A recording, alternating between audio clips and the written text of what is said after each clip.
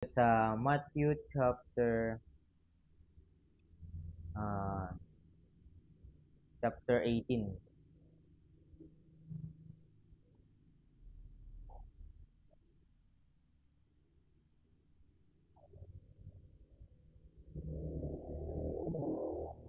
Chapter 18, verse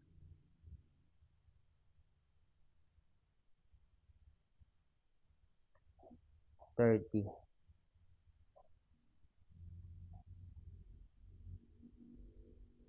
Yan. Verse 30 na lang muna. Verse 30. Sabi ito, sa Tagalog, subalit hindi siya pumayag, sa halip siya ay umalis at ibinilanggo niya ang kapaalipin hanggang sa mabayaran niya ang kanyang pagkakautang. At nang nakita, verse 31, at nang nakita ng kanyang mga kapwa, alipin na nangyari, sila ay labis na namigati, kaya sila ay pumunta at isinumbong nila sa kanilang Panginoon ang lahat na nangyari. Verse 32, tuloy natin hanggang 32. Pagkatapos siyang maipatawag, ang kanyang Panginoon ay nagsabi sa kanya, ikaw na masamang alipin, pinatawad ko sa iyo ang lahat ng iyong pagkakautang dahil nagsumamo ka sa akin. Hindi ba nararapat na ikaw ay mahabag din sa iyong kapwa, alipin? Katulad din ng pagkahabag ko sa iyo. At sa labis na galing ng kanyang Panginoon, siya ay binigay sa mga tagapagpahirap hanggang sa mabayaran niya ang lahat ng kanyang pagkakautang. Verse 35, ngayon din naman ang gagawin sa inyo ng aking Ama na nasa langit kapag hindi kayo magpatawad ng mula sa inyong puso sa bawat kapatid sa kanilang pagsalangsang. Tayong manalangin. Panginoon namin na makapagligtas at makapangyarihan sa lahat. Salamat Panginoon sa inyong binigay na oras upang ang inyong salita ay mapag-aralan at maging pagpapala po nawa ito at nawa ay kayo po yung magbigay sa amin ng wisdom upang ito po ay maintindihan po namin Panginoon. Tulungan niyo po kami Panginoon na maging malakas Panginoon sa pananampalataya ko sa inyo at kayo po yung mangusap sa amin nawa maintindihan po namin ito at mai-deliver ko po ito ng maayos. Gamitin niyo po ako Panginoon bilang instrumento po lamang. At ito pang dalangin sa matamis na pangalan ni Jesus. Amen. Yan. So, dito sa chapter 18, kung makita natin dito sa verse 1, mag-backread tayo dito sa chapter 18 verse 21 hanggang 35 kasi ito. Yan. Sabi dito sa verse 21, pagkatapos ay lumapit si Pedro sa kanya at sinabi, Panginoon, makailang ulit bang magkakasala sa akin ng aking kapatid at siya ay aking patatawarin? Yan, hanggang sa makapito ba? Yan, dito si Apostol Pablo or si Pedro ay nagtatanong sa Panginoon kung ilang beses ba siya magpapatawad. Yan. And then sabi dito sa verse 22, sinabi ni Jesus sa kanya, sinasabi ko sa iyo na hindi hanggang sa makapito, kundi hanggang sa makapitumpung pitong ulit. Magkano to? Or ilang ilang pagpapatawad ba ang dapat? Sabi ng Panginoon na 77 times. 77 na pagpapatawarin mo yung tao. 'Di ba? Yung akala ni Pedro ay 7 times lang. So yung panahon na to, nagtataka siya kasi nga ang hirap magpatawad, 'di ba? Kapag may mga kasalanan yung ibang tao sa atin, sa isang kwan pa lang, isang pagkakamali ng isang tao hindi na kayang patawarin. Ay sa 7 times, akala ni Pedro na 7 na ulit mo siyang papatawarin. Like for example, si yung kaaway mo or merong nakagawa sa'yo ng masama, 7 times niyang ginawa, papatawarin mo pa ba? Yung kaisipan ni Pedro or naisip ni Pedro ay 7 times. Pero sabi kasi dito sa verse 22 na hanggang sa makapito, kundi hanggang sa, or sabi niya, hindi hanggang sa makapito, kundi hanggang sa makapitumpung pitong ulit. Yan. So, 77 times. At kapag tayo yon hindi na natin yon makakayanan na patawarin yung isang tao. Pero napakahirap na patawarin yung isang tao kapag nagkaroon siya ng kasalanan sa iyo. Pero sabi nga ng Panginoon, tawag dito yung 77 times mo siyang papatawarin. Pero pag ako yun, kunyari pag ako yung magpapatawad, hindi ko maubos yung 77 eh. Kayo, mauubos niyo ba yun? Yung 77 times.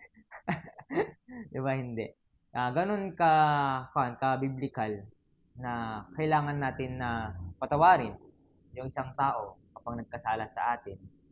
Yan. And then sabi dito sa verse 23, tuloy-tuloy nating basahin. Dahil dito, ang paghahari ng langit ay inihantulad sa isang hari na nais maningil ng pautang sa kanyang mga alipin. Yan. Meron daw isang hari na meron siyang mga alipin na merong utang.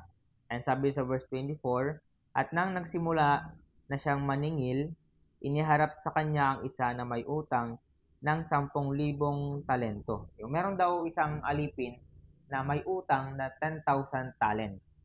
Yan. And then, verse 25, ngunit dahil sa wala siyang maibayad, inuutos ng kanyang Panginoon na siya ay ipagbili. Gayon din ang kanyang asawa at mga anak at ang lahat ng kanyang mga tinatangkilik upang makabayad. Verse 26, subalit ang alipin ay nanikluhod at sinamba siya na sinasabi, Panginoon, pagtiyagaan mo ako at babayaran ko sa iyo ang lahat. Yan, nagmakaawa yung isang alipin para lang siya ay patawarin or bigyan ng chance para mabayaran yung utang niya. So yung Panginoon na to, hindi ito yung Panginoon na talaga na ang Diyos. In-example lang ito na hari. Hindi siya mismo ang Panginoon natin. Yan. So humingi ng tawad yung isang alipin na patawarin siya. And then sabi dito sa verse 27, kaya ang Panginoon ng aliping iyon ay nahabag at pinawalan siya at pinatawad ang kanyang utang. Yan. Yan. So, na nagmakaawa yung isang alipin, siya ay pinatawad ng Panginoon. And in verse 28, ngunit nang lumabas ang alipin ding iyon, natagpuan niyang isa sa kanyang kapwa, alipin na may utang sa kanya ng 100 denaryo, kaya hinawakan niya at sinakal na sinasabi, bayaran mo ako sa lahat mong pagkakautang. Yan.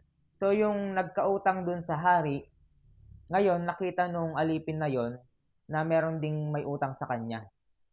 Yan. Tapos, nung nakita niya yung alipin, tas may utang din, sinakal niya. Tapos talagang pinipiga niya na merong makuha sa kanya.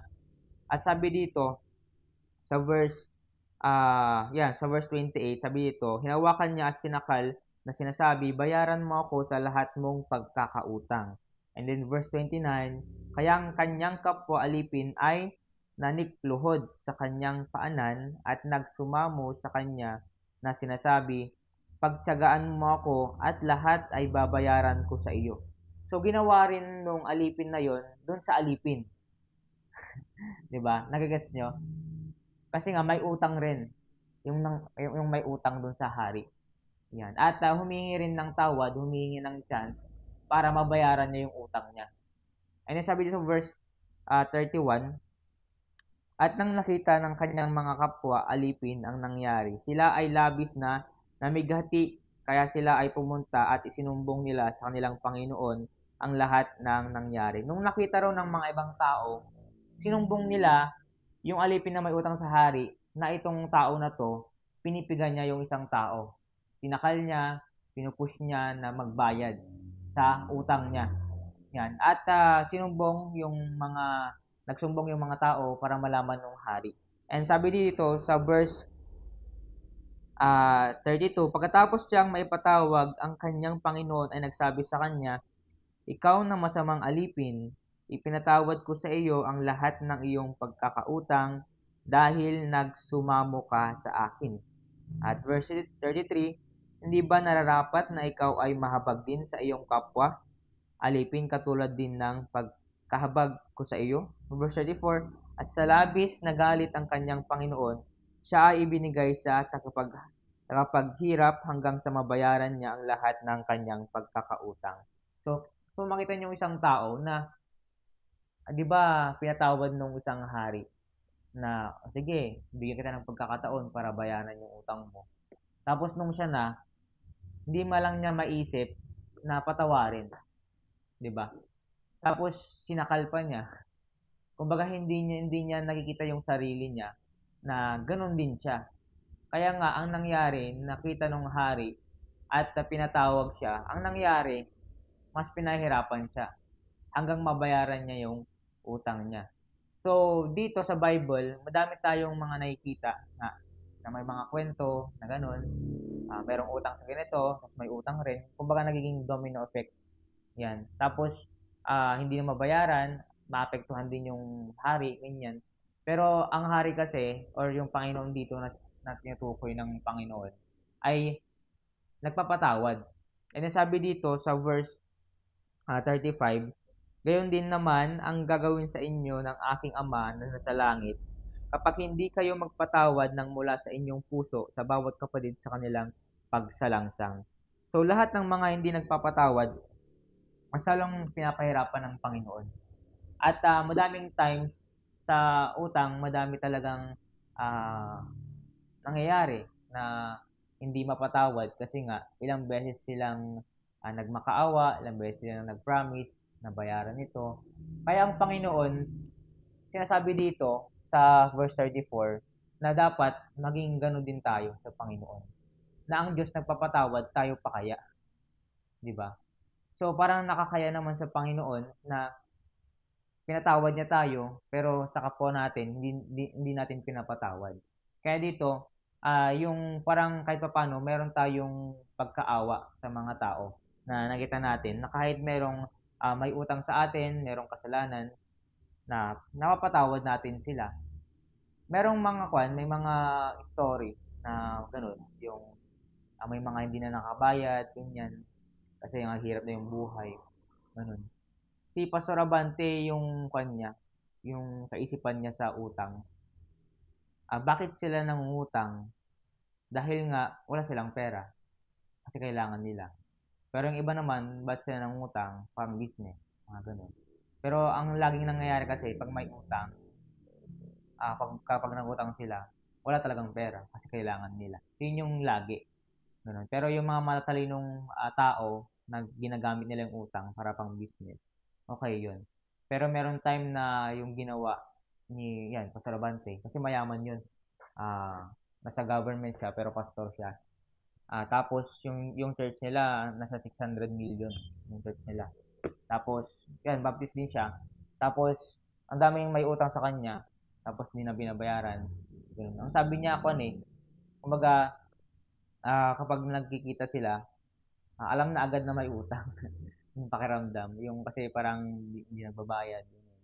Tapos, ang isip niya na lang, yung mga hindi nagbabayad, ganyan, o kaya hindi humingi ng ng permiso or humingi ng tawad, ganyan na babayaran ko unti-unti. Kasi yung sinasabi nga niya na kapag talagang hindi nagbayad, hindi siya nagsabi, maka-curse talaga. Pwedeng yung pa, grabe pa ang sinabi niya yun. Talagang papatay ng Panginoon. I-curse kasi nga hindi man lang nagbayad, hindi man lang humingi ng tawad na unti-untihin niya. Mas maganda pa rin nga yung yung dito sa Bible na humingi ng tawad. Yan, nagkuhan siya, naglumuhod siya at sabi niya na babayaran. Yung nga yung mahirap ang nangyari, siya mismo hindi niya pinatawad. Hindi masalo siyang papalawin ng Panginoon. Baka nga patayin pa nga nito.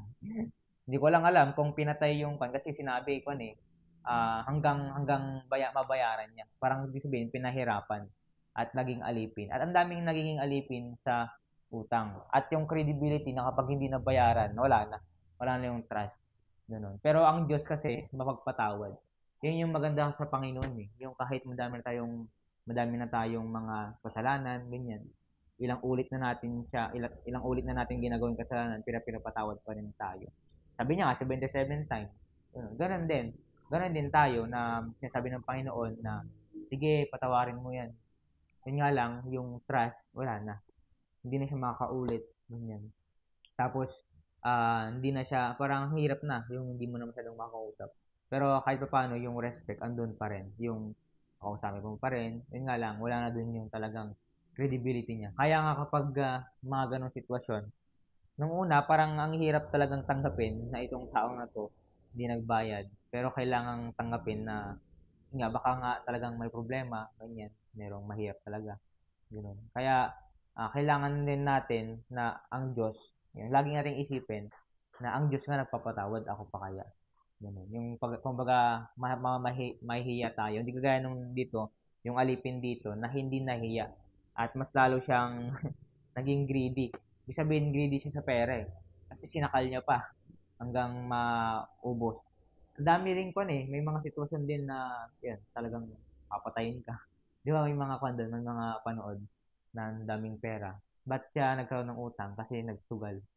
Yung umutang, tapos sinugal, hanggang million na yung kwan, yung tawag ito, yung utang. Ako kung napanood nyo yung sa kwan, ano ba yun? Yung file for utang, ay yung utang, tapos pinang lalaro sa kwan, sa sugal. Anong pa na yun? Yung red na kwan, tapos naka-green, yung naka dito, naka-maskaran na kwan, parang triangle tapos bilog, ano mo tawag doon? Naging kwan yun. Ano mo tawag doon na kwan? Yung Korea, sa Korean, yung nangyari. Kasi karamihan doon, mga nagsusugal. Karamihan nagsusugal. Tapos, yun, Squid Game, di ba? Kung makita mo yung iba doon, daming utang, tapos naglalaro sila sa sugal. Tapos hanggang dinakip sila, tapos maglalaro sila. Tapos yung makukuha nila, billion. Pero buhay yung kapalit. Di ba? Mga ganong sitwasyon na kasi nga, dahil sa utang, naging alipin na sila. Tapos ang mangyayari, buhay pa yung kapalit. Ganon kahirap. Pero iniiba naman yun, iniiba naman yung sa sitwasyon dito na kahit papano, andun pa rin yung pagpapatawad. Ganun. Kaya, blessing kasi nga, ang Panginoon ay nagpapatawad at lagi niyang in-example na yung talinghaga ng pagpapatawad ay kailangan nasa puso natin lagi. Kasi dito, nakakahiya sa Panginoon na yung kapag tayo, hindi tayo nagpatawad, sigurado, pupunta tayo sa impyerno. Ganun. Kaya nga pag tayo ay mapagpatawad, masala tayong pinagpapala. Yung kumbaga kapag yung nagkautang sa atin, ganyan, hindi tayo binayaran. Personal, hindi tayo binayaran. Wala na, ang Diyos na yung bahala sa kanya. Kumbaga yung kaisipan doon, parang binigyan mo siya, pero siya yung nawalan. Nagkautang pa siya. Ganun. Tapos ang Diyos na yung magpapala sa iyo. Kaya nga parang two times two pa nga kapag kunyari hindi ka binayaran or ninakawan ka. Mahalata mo na lang na times two ng Panginoon yung ibabalik sa iyo. Kasi nga pinatawad mo siya. Pero mahirap sa sitwasyon na yung pagtitingan yung sa isang tao na pagkakasalawa ka. Pero ang Diyos, kapag magpe-pray tayo, andun yung tinatanggap pa rin tayo na kahit may kasalanan tayo. Andyan siya na papatawarin. Sige lang, mag-pray ka, ganyan, humingi ka lang sa akin ng tawad. Papatawarin kita. At si Pedro, siya ay nalaman niya na hindi lang 7 times, which is 77. Yan. At we pray na maging ganun tayo, na maging mapagpatawad sa lahat ng mga bagay, ng mga sitwasyon. Kasi mahirap magpatawad. Experience ko, may experience ko rin. Pero sa bayan ng Panginoon, andun yung pagpapakita ng Panginoon na nagpapako sa krus, siya ay ah, namatay para mabayaran yung kasalanan natin. Andun yung papatawarin tayo kapag tayo ay lumapit. Kaya nga laging sinasabi na, yun, kailangan natin siyang tanggapin bilang tagapagligtas. Kasi nga, ngayon, malapit na yung Holy Week, di ba? Yung nangyari sa kanya na namatay, nagpapako sa krus, namatay, tapos muling nabuhay. Pero, yun nga, sabi rin ni Pastor kahapon, na hindi na kailangan hindi na, parang hindi maliligo, ganyan, malas kasi pag Friday. Ang Diyos laging buhay na yun. Kung lang kasi yun, naging, tawag ito, talagang pinakita niya lang sa atin na mahal niya tayo. At kailangan niyang bayaran yung kasalanan natin. Kasi nga, merong time din na yung papatawarin tayo ng Panginoon kapag tayo ay lumapit. Amen. Okay, so tayo manalangin. Let's pray. Panginoon, maraming pong salamat sa umagang po at kami po ay natuto. Nawa ay maging lesson learned po sa amin ito na kami po ay mapagpatawad at humingi ng tawad po sa inyo na nawa kung may mga sitwasyon na ganon, mga nahirapan po kaming magpatawad dahil sa sobrang hirap yung kasalanan nilang ginawa sa amin. Nawa ay maging example po kayo sa amin na lagi po namin isipin na patawarin po namin yung isang tao na nagkasala po sa amin. At lagi po namin isipin na 77 times namin papatawarin at kayo po yung patuloy na mangusap sa amin, Panginoon, na maging tama yung kaisipan namin at tama pa rin pa rin yung pag-isip namin sa isang tao at maging maayos ho ito, Panginoon. Thank you, Panginoon, sa inyong biyaya na tanggap po sa amin at we pray, Ma'am Raquel, na kayo po yung patuloy, Panginoon, nagbigay sa kanya, Panginoon, ng katalinuhan, kalakasan, Panginoon, sa pagtatrabaho at mga decision sa buhay. Bigyan po siya, Panginoon, ng tamang pag-iisip, Panginoon, na magawa, Panginoon, yung mga dapat gawin at maisaayos yung dapat maayos, Panginoon. Kaya po yung patuloy, Panginoon, na mag-ingat sa pagtrabaho, sa pag-drive, Panginoon. Nawa ay linig po pa yung sakit at kanyang family, Panginoon. Sila Sean, sila Giselle, and sila Winkle, Panginoon. Nawa ay bigyan po sila ng, Panginoon, ng wisdom, sharp memory para makapagtapos, Panginoon, sa kanilang pag-aaral. We pray, Panginoon, na kayo po yung patuloy, Panginoon, na mag-provide ng pangailangan po nila sa pang-araw-araw nilang kuya, nawa ay madala, Panginoon, sa church at maligtas po siya, Panginoon, sa impyerno, Panginoon. At we pray, Panginoon, na kayo po yung mag-guide sa kanilang family, Panginoon. At panalangin po namin, Panginoon, si Sir Dave. Panalangin po namin, Panginoon, na nawa kayo po yung patuloy, Panginoon, na mag-guide sa kanyang hangarin, sa kanyang pangarap sa buhay. Nawa ay magawa niya po ito sa inyong biyaya at ang kanyang family. Kayo po yung patuloy, Panginoon, na mag-ingat. Nawa ay kayo po ang kaloob, Panginoon, ng pangailangan po nila, Panginoon, at kanyang parents, kanyang mga magulang, Panginoon, kanyang lola. Kayo po patuloy, Panginoon, na magbigay, Panginoon, ng kalakasan, Panginoon, para makapagtrabaho po sa gawaing bahay, Panginoon. At we pray na mag-improve, Panginoon, sa kanyang career or sa karera, Panginoon, sa pag-edit, Panginoon, or sa pag-develop, Panginoon, sa website, Panginoon, nawa ay mas mag-improve pa nilang skills, Panginoon. At nawa kayo po yung patuloy, Panginoon, na magbigay, Panginoon, ng pananampalataya, Panginoon, nawa yung tiwala niyo po sa inyo, nawa ay masalong mag-build, Panginoon, at maging mas malalim. We pray, Panginoon, si Sir Joshua, kayo yung patuloy, Panginoon, na magbigay, Panginoon, ng kalakasan sa pagtrabaho at sa pag-drive, Panginoon. Nawa ingatan niyo po siya. Nawa ay ilay po, Panginoon, sa disgrasya, Panginoon, at kanyang parents, kanyang mama. Nawa ay patuloy po siyang makapag-recover at pagiling niyo po, Panginoon, sa kanyang sakit. Nawa kayo po yung patuloy na magbigay, Panginoon, ng pangailangan para makabili ng mga pang-maintenance at kanyang tatay sa pagtrabaho, Panginoon, sa bahay. At we pray kanyang mga kapatid, Panginoon, na makapagtapos sa pag-aaral at kayo po yung mapuri at mapasalamatan, Panginoon, sa kanilang achievement, Panginoon, sa buhay. Panalangin po namin, Panginoon, na kayo po yung manguna, Panginoon, sa aming trabaho, which is medyo mahirap, pero kami po ay nagtiwala po sa inyo. Nawa kayo po yung mangusap, Panginoon, sa amin na maging tama, Panginoon, maging maayos, maging quality yung mga gagawin po namin, maging tama yung decision, at pinapanalangin po namin, Panginoon, na maging kalooban niyo po ito para kami po ay mailayo, Panginoon, sa mga maling desisyon, Panginoon.